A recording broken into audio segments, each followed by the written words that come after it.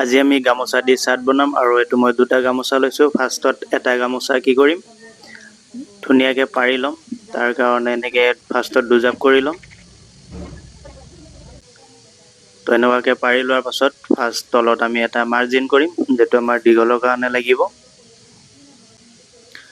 তো এই মাৰ্জিনটো কৰাৰ পাছত আমি যিটো চাৰ্টৰ দীঘলটো ল'ম। তো মই ইয়াতে চাৰ্টৰ দীঘল 19 ইঞ্চি লৈছোঁ। এইটো মাৰ্জিন কৰি ল'লোঁ এনেকুৱাকৈ। তাৰপাছত ইয়াতে আমি যিটো প্লেটৰ কাৰণে 1.5 ইঞ্চি মাৰ্জিন কৰিম বৰাবৰকৈ। ইয়াতো এটা মাৰ্জিন কৰিলোঁ আৰু তলতেও এটা মাৰ্জিন কৰিলোঁ। মাৰ্জিন হোৱাৰ পিছত এইটো মাৰ্ক কৰি ল'লোঁ চিধা কৰি। এতিয়া আমি আনমলটো কিমান ডাউনত দিম সেইটো চাম। তাৰ আগত আমি এইটো শ্বল্ডাৰ পইণ্ট ডাউন দিব লাগিব 1 ইঞ্চি। আৰু তাৰে পৰা যিটো আনমল ডাউন সেইটো আমি 5.5 ইঞ্চি ৰাখিম। এই দুটাও আমি এনেকুৱাকৈ মাৰ্জিন কৰি ল'ম।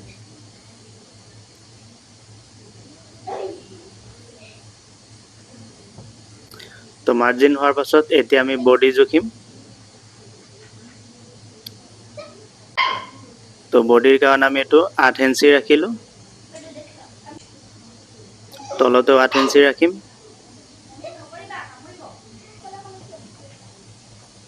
এইটো এনেকুৱাকৈ মাৰ্জিন কৰি ল'ম।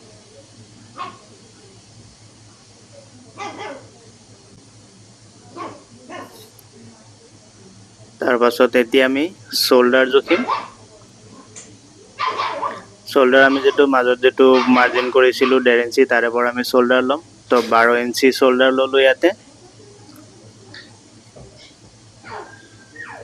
আৰু এইটো কলাৰৰ কাৰণে 2.5 ল'ম।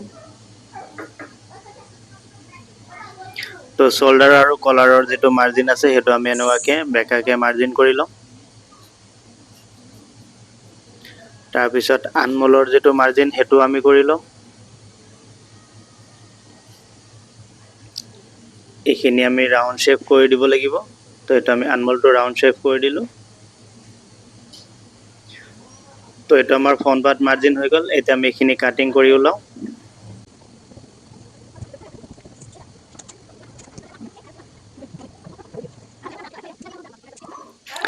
তো এইটো আমাৰ ফ্ৰণ্ট পাৰ্টটো কাটিং হৈ গ'ল। এতিয়া আমি বেক পাৰ্ট কাটিং কৰিব লাগিব। আৰু এই যিটো ছাইড ৰৈ গ'ল এইখিনি দি আমি এতিয়া বেক পাৰ্ট কাটিং কৰিম। তাৰ কাৰণে এইটো আমি দুজাপ কৰি এনেকুৱাকৈ পাৰি ল'ম। তো চাওক, বেক পাৰ্ট কাটিং কৰাৰ কাৰণে ফ্ৰণ্ট পাৰ্ট কাটিং কৰাৰ কাৰণে ফাৰ্ষ্টত আমি যিটো ৰেড লাইন সেইটো আমাৰ সন্মুখৰ পেনে আছিল, আৰু বেক পাৰ্ট কাটিং কৰাৰ কাৰণে আমি এইটো বাহিৰ পেনে দিলোঁ। তো যিটো ফ্ৰণ্ট পাৰ্ট সেইটো আমি এনেকুৱাকৈ বেক পাৰ্টৰ লগত ধুনীয়াকৈ মিলাই ল'ম। ফুলবোৰো মিলাই ল'ব লাগিব। মিলাই লোৱাৰ পাছত ইয়াতে ওপৰত আমি 1.5 ইঞ্চি এক্সট্ৰাকৈ ল'ব লাগিব। 1.5 ইঞ্চি ডাঙৰকৈ ল'ম আমি এইটো। লৈ এইটো আমি মাৰ্জিন কৰি ল'ম এনেকুৱাকৈ। তো এনেকুৱাকৈ এই লাইনটো টানি ল'ম।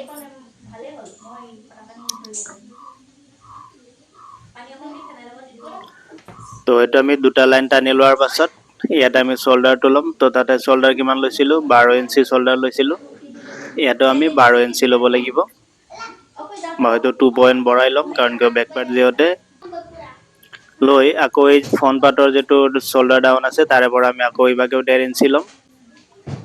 আৰু কলাৰৰ কাৰণে আমি 2.2 লৈছিলোঁ, সেইটো আমি ইয়াতে মাৰ্জিন কৰি ল'ম।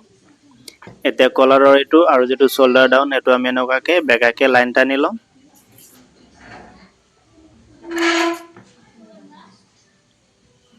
লোৱাৰ পাছত আনমলৰ যিটো আছে এইটো আমি মাৰ্জিন কৰি ল'ম এনেকুৱাকৈ। মাৰ্জিন কৰিলে এইখিনি আমি ৰাউণ্ড কৰি দিম। তো এতিয়া আমাৰ বেক পাৰ্টটো কাটিঙৰ কাৰণে ৰেডি।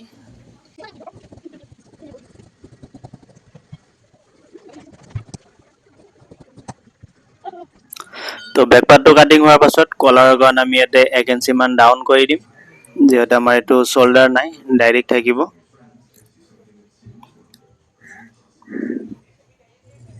তো এইখিনি অলপমান ছাটি দিম যদি বেছি লাগে। ফ্ৰণ্ট পাৰ্ট আৰু বেক পাৰ্ট দুটাই অলপ অলপ ছাটি দিম। তো এইটো আমাৰ ফ্ৰণ্ট পাৰ্টটো কাটিং হৈ গ'ল।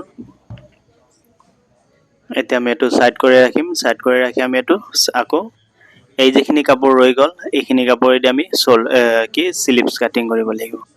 এই যিটো ৰঙা পাৰি এইখিনি আমি স্লিপছৰ কাৰণে স্লিপছৰ কাপোৰ পেনে দিম।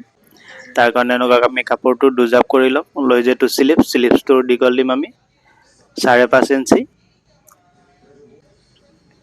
এইটো এনেকুৱাকৈ লাইনটো টানি ল'ম, যিটো মাৰ্জিন কৰিলোঁ।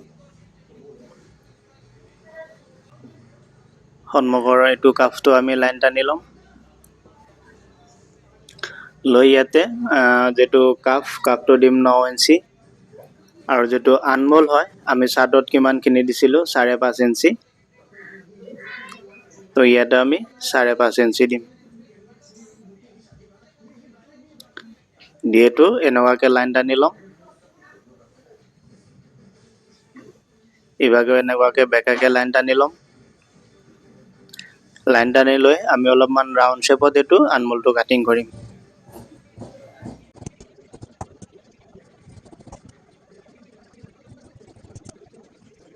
তো এইটো আমাৰ চাৰ্টটো কাটিং হৈ গ'ল, কমপ্লিটলি চাৰ্ট কাটিং হৈ গ'ল এতিয়া। তো এতিয়া আমি কলাৰ কাটিং কৰিম। তো এইটো হ'ল পেষ্টিং, আৰু ইয়াৰ পৰা যিটো কলাৰটো ল'ম মই 12.5 ইঞ্চি কলাৰ ল'ম। এইটো মাৰ্জিন কৰিলোঁ আৰু চিংগুল চাইনিজ কলাৰ দিম। তাৰ কাৰণে এইটো অলপমান শ্বেপ দি ল'লোঁ। আকৌ যাতে কলাৰটো 1 ইঞ্চি হয় সেইটো হিচাপত আমি এইটো জুখি ল'ম, বা হয়তো মাৰ্জিন কৰি ল'ম।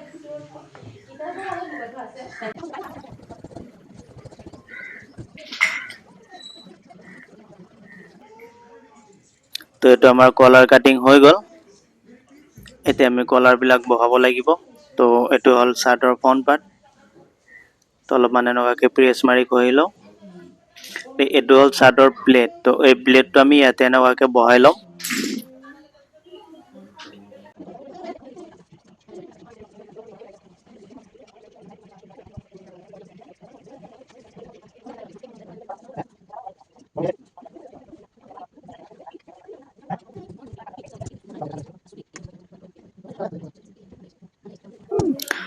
তো কলাৰখিনি বহোৱা হ'ল।